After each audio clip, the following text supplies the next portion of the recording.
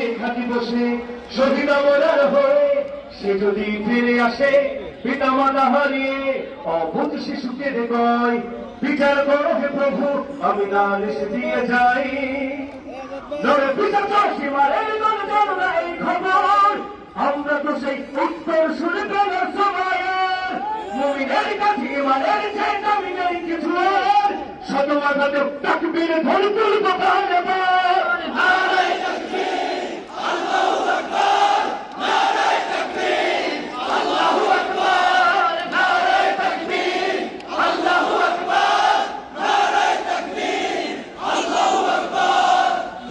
অনেক সরেছে ব্যথা সরেছে রক্ত কত তবু যে তাদের আকাশে যদি না শোকাতে ক্ষত